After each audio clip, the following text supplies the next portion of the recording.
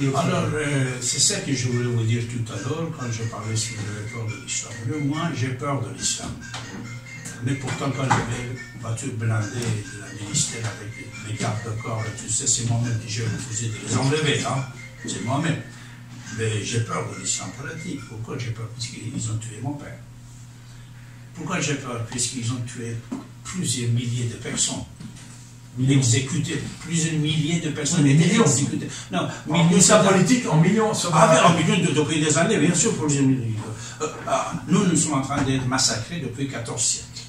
14 siècles.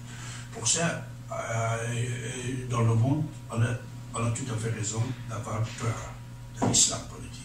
En plus, quand on dit l'islam politique, il faut insister aussi aux gens qui ne savent pas que pour la plupart des choses, tout ce que vous voyez aujourd'hui, ça a commencé dès le départ de l'islam. Ce qu'on nous dit, c'est quelques poignées de gens qui sont comme ça, ce n'est pas les musulmans. Moi, je dis le contraire. C'est ça aussi la politique devrait apprendre. Les musulmans, c'est des êtres humains, ils sont gentils, ils sont aimables, de n'importe quelle couleur, de n'importe quel pays. Un musulman, il est gentil, c'est un être humain. Ce qui est méchant, vous savez c'est quoi? C'est l'islam. Voilà. C'est l'idéologie islamique, c'est l'islam, c'est le Coran qui fabrique le terrorisme. Il fabrique le terrorisme. Permettez-moi d'aller un petit peu plus loin que vous là-dessus. C'est que, comment expliquez-vous qu'un jeune Français qui s'appelle Jean-Christophe Dupont, vous le mettez à l'église, il peut devenir un catholique très pratiquant, il devient un catholique. Vous le mettez dans une synagogue, il se convertit, il devient un juif pratiquant, il finira juif pratiquant.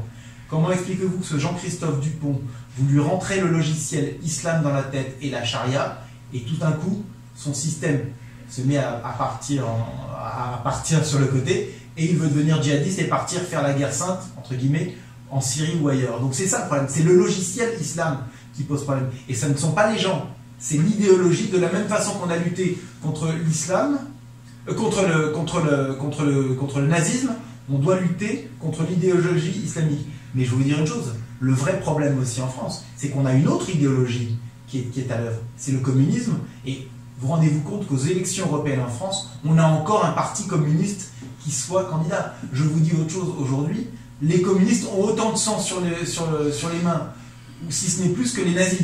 Donc, voilà de quoi on parle. Staline, il ne faut pas oublier tout ce qu'il a fait, Staline, bien sûr. Voilà, donc, mais pas seulement Staline. Vous pouvez partir à Lénine, et vous pouvez aller jusqu'à Khrouchtchev, à Brejnev, etc. Donc, le communisme, et regardez ce qui s'est passé à Cuba, regardez ce qui s'est passé en Corée du Nord, partout. Donc, ou en Chine, si vous voulez aussi. Donc, le communisme est une force mortifère, et c'est d'ailleurs pour ça qu'on retrouve souvent des anciens communistes qui basculent du côté islamisme, et c'est le même totalitarisme. Ils ont trouvé une autre façon d'essayer de détruire nos sociétés, une autre façon de faire avancer leur cause barbare. Phobie, qu'est-ce que ça veut dire, phobie? La phobie, c'est la crainte. C'est la crainte? La peur. L'origine, c'est grec, ça veut dire peur. Hein? Phobie, ça veut dire avoir peur. Ouais. Moi, quand je vois un PD, je n'ai pas peur de lui. Je ne suis pas homophobe. Vous voyez? Je n'ai pas peur.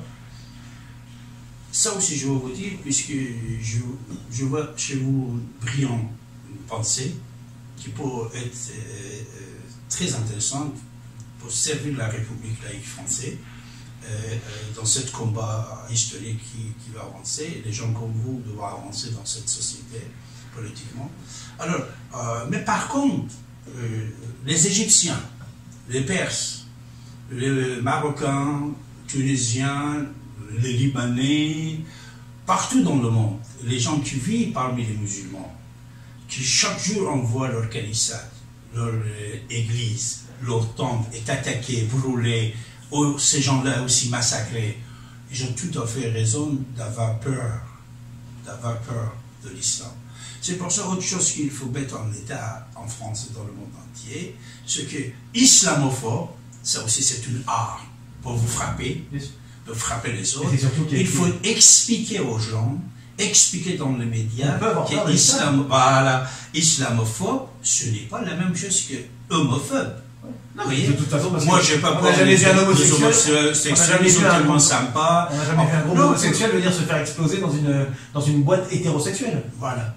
C'est-à-dire que ces gens-là, même plus, c'est des gens très aimables, gentils, humains, on n'a pas peur. Mais un islamophobe, c'est-à-dire, comme vous venez de dire, Dès que le logiciel est activé dans la tête de l'individu musulman, même s'il est un ingénieur, s'il est un pilote d'un avion, s'il est un médecin, s'il est n'importe quoi, il peut devenir terroriste seulement puisque il veut voir que ça c'est noté dans le Coran. C'est pour ça que moi je prône une chose importante, c'est le principe de précaution par rapport à l'islam. C'est-à-dire qu'on vous explique que si on met un produit sur le marché, par exemple, on prend cette bouteille d'eau, on la met sur le marché, on doit vérifier que la composition de l'eau est bonne.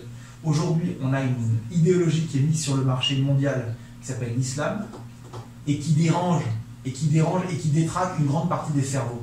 Et donc, je dis très important, surtout si on va à la racine, c'est-à-dire au radical, aux racines de ça. Et donc, c'est pour ça que je dis, il y a un principe de précaution, une étude qui devrait être faite pour savoir si on ne doit pas amender l'islam de façon, alors là, pour le coup, vraiment radicale, et retirer de ces textes tout ce qui est incitatif à la haine et à la violence. Bravo, exactement. Monsieur Philippe Arsanti, si demain c'est les élections présidentielles en France, vous pouvez ne pas répondre, hein, mais je vois que vous êtes courageux, n'est-ce pas? Vous pouvez répondre.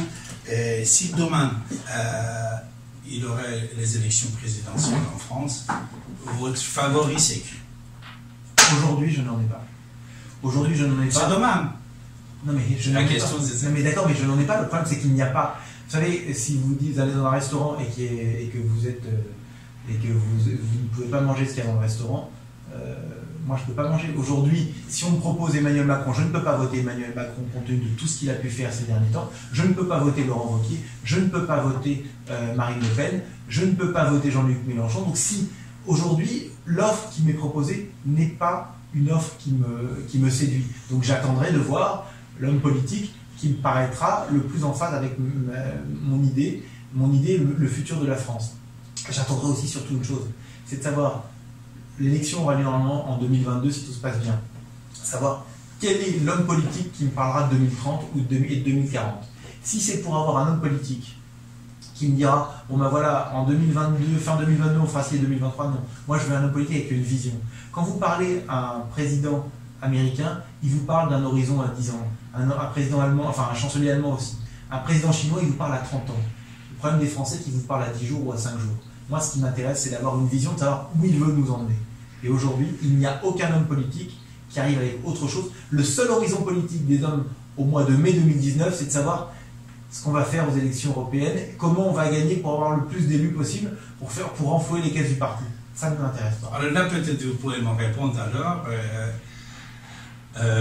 Dimanche prochain, quel sera le premier et deuxième gagnant de cette élection? Alors, très clairement, votre avis? Pour les élections européennes du 26 mai 2019, je pense que le candidat du Rassemblement national, Jordan Bardella, sera numéro 1. Malheureusement, parce que je souhaiterais qu'elle soit encore plus basse, Nathalie Loiseau, la candidate d'Emmanuel Macron, qui est une catastrophe absolue,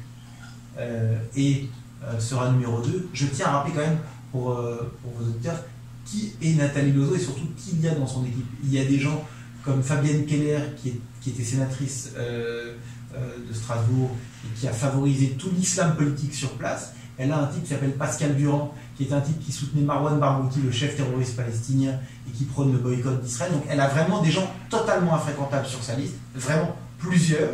Ça, c'est une première chose. Et donc, moi, je souhaiterais qu'elle soit en dessous de 20%, qu'elle soit le plus bas possible. Et j'aimerais bien que le candidat des Républicains, François-Xavier Bellamy, soit le plus haut possible. Un rêve, ce serait qu'il passe devant Nathalie Loiseau. Mais visiblement, les chiffres ne lui semblent pas donner ces chances-là. Mais ce serait formidable. Et en tout cas, naturellement, le candidat du Rassemblement national sera premier.